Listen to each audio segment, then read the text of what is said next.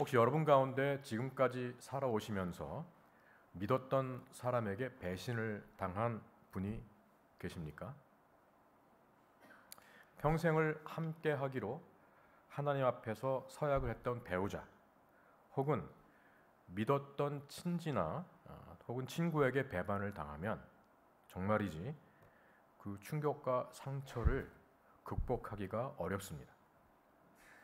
어쩌면 이 가운데에는 전에 당한 상처로 아직까지 힘들어하는 분들이 계실지도 모릅니다. 배신의 상처도 견디기 어렵지만 그런 일로 또 아끼는 사람을 잃게 되었다는 것이 우리를 더 아프게 하기도 합니다. 그런데 오늘 요한복음 13장의 본문은 우리에게 놀라운 사실을 알려줍니다. 주님은 이제 며칠 후면 세상을 떠나서 아버지께로 돌아가실 때가 이른 것을 알고 계셨습니다.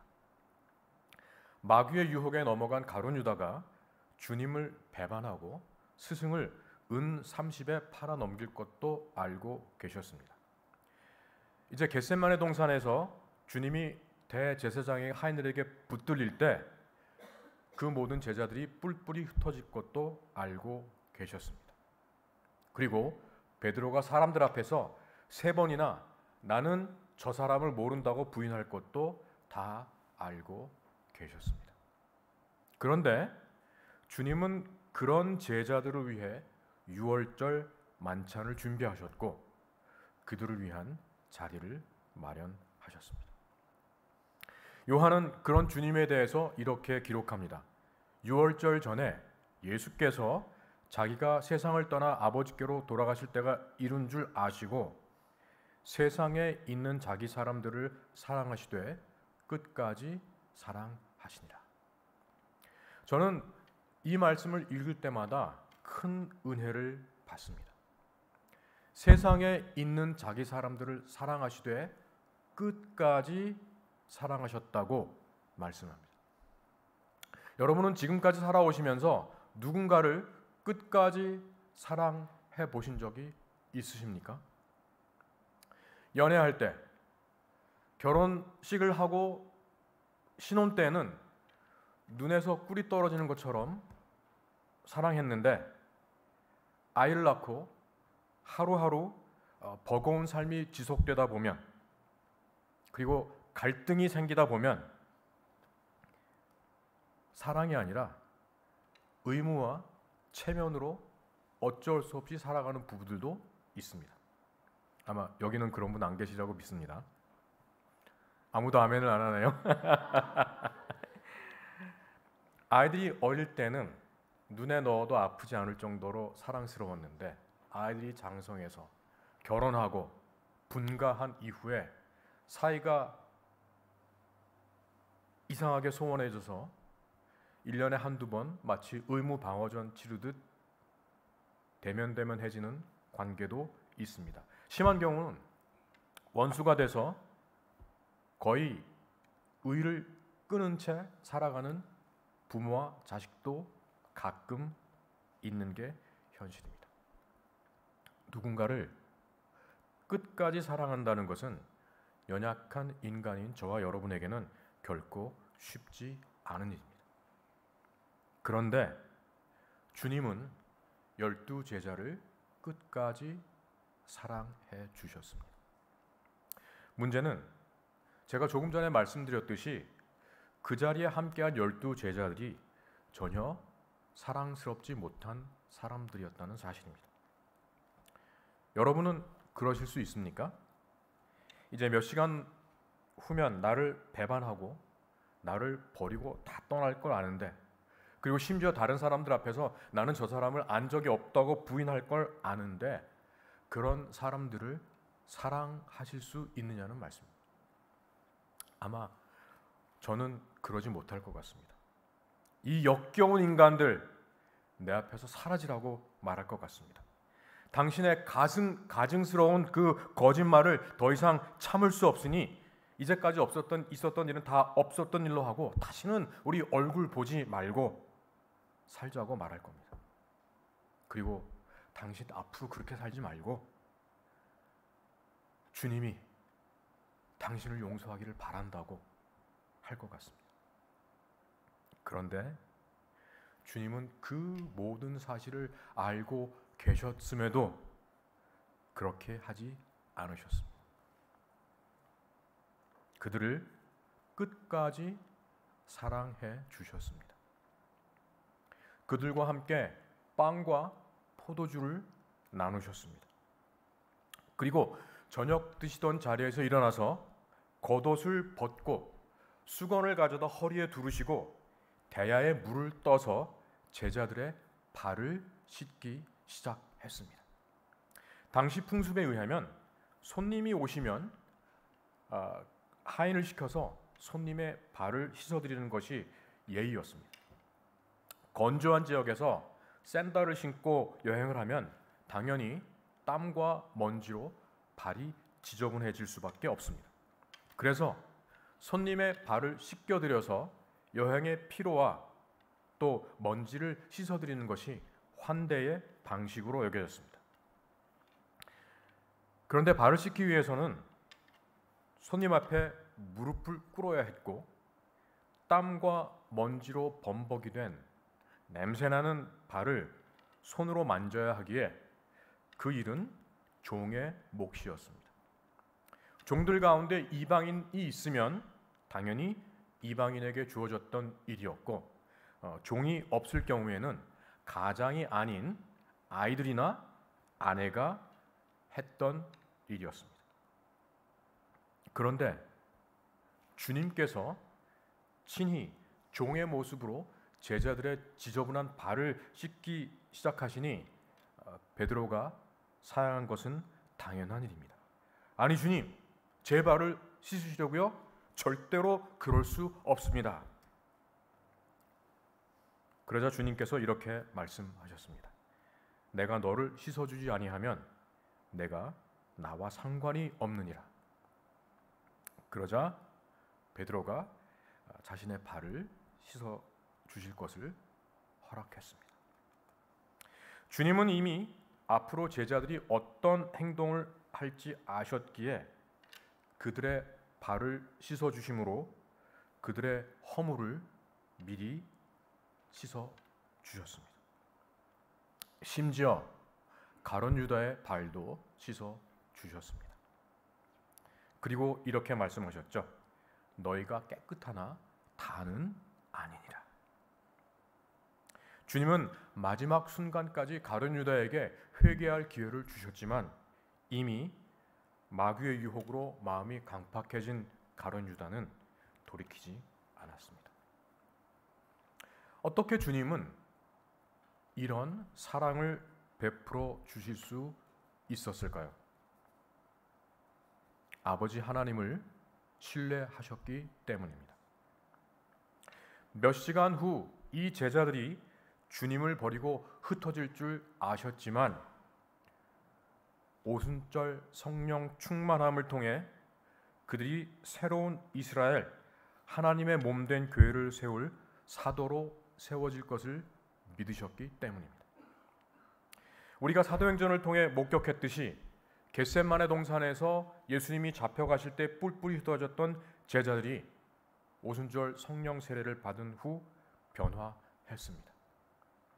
두려워 떨던 그들은 담대하게 예수는 그리스도라고 선포했습니다. 대제사장이 그들을 불러 때리고 감옥에 가두고 그리고 조용히 하라고 협박했지만 그들은 하나님께 순종하는 것이 옳다며 굽히지 않았습니다. 감옥에 갇히고 매를 맞고 억울하게 거짓 송사를 당할 때 그들은 슬퍼하거나 억울해하지 않았습니다. 오히려 자신들이 예수의 이름을 위하여 능욕받는 일에 합당한 자로 여기심을 기뻐했다고 성경은 기록합니다. 여러분은 계집종 앞에서 나는 저 사람을 모른다고 예수님을 3번 부인한 나약한 베드로를 통해 초대교회의 기틀을 세운 위대한 사도를 보십니까? 등등한 기세로 예수의 제자를 체포하러 다메섹으로 올라가던 사울에게서 이방인의 사도가 된 바울을 보실 수 있습니까? 주님이 모든 제자들의 발을 씻으신 후에 옷을 입으시고 자리에 앉으셨습니다. 그리고 제자들에게 말씀하십니다. 내가 너희에게 행한 것을 너희가 아느냐? 너희가 나를 선생이라 또는 주라 하니 너희 말이 옳도다. 내가 그러하다. 내가 주와 또는 선생이 되어 너희 발을 씻었으니 너희도 서로 발을 씻어주는 것이 옳으리라. 내가 너희에게 행한 것 같이 너희도 행하게 하려 하여 본을 보였노라. 내가 진실로 너희에게 이르노니 종이 주인보다 크지 못하고 보냄을 받은 자가 보낸 자보다 크지 못하니 너희가 이것을 알고 행하면 복이 있으리라. 제자들은 주님이 그들의 발을 씻으신 행위의 의미를 알고 있었습니다. 그것은 종이 해야 하는 천한 일이었습니다. 그래서 베드로가 처음에는 거부했습니다. 그런데 주님이시오 선생이신 예수님께서 친히 제자들의 발을 씻어 주셨습니다. 이제 몇 시간 후면 이 제자들이 주님을 배반하고 부인하고 뿔뿔이 흩어질 것을 아셨지만 주님은 그들을 끝까지 사랑해 주셨습니다. 주님은 이를 통해서 예수님의 제자로 산다는 것의 의미를 그들에게 가르쳐 주셨습니다. 세상에서는 모든 사람이 더 높은 자리에 앉으려 하고 남들에게 명령을 하고 섬김을 받기를 원합니다. 그러나 하나님의 나라는 그 반대임을 보여주셨습니다. 섬김을 받으셔야 마땅하신 주님은 끝까지 제자들을 사랑해 주셨고 그들 앞에 무릎을 꿇으시고 그들의 지저분한 발을 씻겨주시는 놀라운 희생의 사랑을 베풀어 주셨습니다. 사실 인간의 생각대로 판단하면 제자들은 은혜를 모르는 배은망덕한 인간들입니다. 로마 식민 치하에서 아무런 꿈이 없이 절망 속에 살아가던 그들에게 주님은 새로운 세상, 하나님 나라에 대한 소망을 주셨습니다. 그래서 그들은 모든 것을 버리고 주님을 따랐습니다. 그들은 주님이 병든 자를 고치시고 눈먼 자의 눈을 뜨게 하시고 죽은 사람을 살려주시고 귀신 들린 이에게서 악한 영을 쫓아내는 것을 직접 목격했습니다. 다른 사람들은 이해하지 못했던 하나님 나라의 비유에 대한 설명도 주님께 들었습니다. 그들은 자신들이 세상에서 구별된 주님께 선택받은 특별한 사람들이라는 것을 알고 있었습니다. 드디어 주님이 예루살렘으로 그들과 함께 들어갈 때 제자들은 자신들이 꿈꾸던 새 세상이 시작될 줄 믿었습니다. 비록 겸손하게 나귀를 타셨지만 예수님께서 예루살렘으로 들어가실 때 호산나 다윗의 자손이여라며 환호하며 주님을 맞는 군중들을 보며 제자들은 이제 주님께서 예루살렘에서 왕으로 등극하리라고 기대했습니다. 그런데 그들의 세상적인 기대와 욕망을 저버리고 주님이 죄인의 몸으로 붙들리자 그들은 모두 주님을 버렸습니다. 이 한심한 제자들의 모습이 바로 저와 여러분의 초상입니다. 우리는 받은 은혜는 당연한 것으로 여기고 기억하지 않습니다. 10번 잘한 것은 기억하지 않고 한 번 잘못한 것을 기억하는 게 우리의 심성입니다. 그렇죠? 지금까지 지내온 것이 주의 크신 은혜라고 고백하다가도 한 가지 일로 주님을 원망합니다. 내가 간절히 원하는 것을 주지 않으셨다고 주님을, 교회를 비난할 때도 있습니다. 받은 은혜를 권리로 착각하면 이런 어리석음을 범할 수 있습니다. 이민 가정에 1세 부모님과 2세 자녀들 사이에 갈등이 있는 경우가 있습니다. 처음 이민 오셔서 영어가 서툴었고 한국에서 받은 교육과 경력이 인정되지 않는 이 나라에서 할 수 있는 일이라는 게 몇 가지 없습니다. 그러다 보면 부모님들은 힘들게 일을 하셔야 했고 종종 남편과 아내가 함께 일을 하셨을 겁니다. 그래서 원치는 않으셨겠지만 자녀들을 살갑게 돌볼 시간이 없었던 것이 사실입니다. 새벽에 밥 해놓고 출근해서 저녁에 집으로 돌아오는 일상이 월요일부터 토요일까지 계속됩니다. 그러다 보면 가끔 자녀들이 이렇게 불평할 때가 있습니다. 도대체 엄마 아빠가 나를 위해서 뭘 해줬어요? 엄마 아빠가 나를 방치했지만 나 혼자 잘 컸어요. 혹시 이렇게 철다구니 없는 섭섭한 말을 해도 우리 부모님들은 다 받아주셨습니다. 아이가 철이 없어서, 아직 생각이 없어서, 지도 나름 힘들어서 생각 없이 뱉어낸 말인 줄 알기 때문입니다. 일하느라 힘들어서 아이를 데리고 동물원도 수영장도 공원도 별로 가지 못했지만 여러분들은 자녀를 위해서 기도하셨습니다. 그래도 기죽지 말라고 여러분은 못 먹고 못 입어도 좋은 곳으로 베풀려고 애쓰셨습니다. 새벽에 일어나 자는 아이의 얼굴을 한번 쓰다듬어주고 밤늦게 돌아와 자는 아이의 이불을 끌어당겨주며 아이를 위해 축복해 주셨습니다. 이유는 단순합니다. 그 아이들이 여러분이 사랑하는 자녀들이기 때문입니다. 그리고 언젠가 아이들이 크면 여러분의 심정을 이해하리라 믿었기 때문입니다. 실제로 오랜 세월이 흘러 그 아이들이 장성해서 결혼해서 부모가 되고 그리고 아이를 낳아 키우다 보면 그제서야 이런 얘기를 합니다.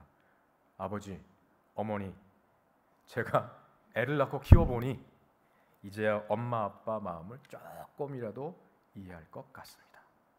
감사합니다. 그 한마디에 몇십 년 수고와 고생이 다 보상이 됩니다.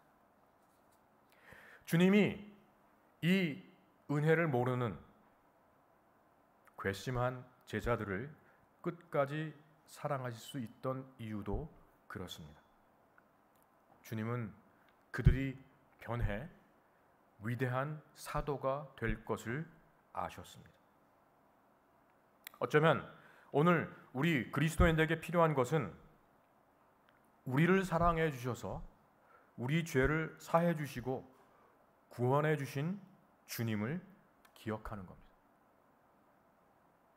주님은 지금도 변함없이 우리를 사랑해 주시고 우리가 주님 앞에 가는 그날까지 우리를 끝까지 사랑해 주시리라는 것을 믿는 것입니다. 나처럼 어리석고 부족한 사람이 여기까지 올 수 있었던 유일한 이유가 주님의 사랑이라고 믿는다면 이제는 그런 사랑을 체험한 사람처럼 살아야 합니다. 당신은 틀렸고 당신은 제대로 알지 못하고 당신은 잘못 믿고 있다고 판단하고 정죄하던 우리 안에 있는 바리새인을 십자가에 못 박아야 합니다.